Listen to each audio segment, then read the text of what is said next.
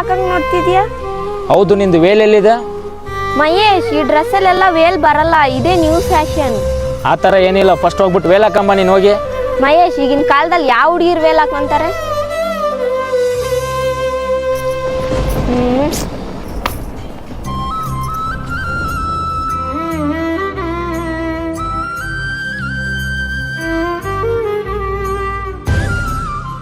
ಈ ತರ ವೇಲ್ ಹಾಕೊಂಡ್ರೆ ಇಷ್ಟನಾ?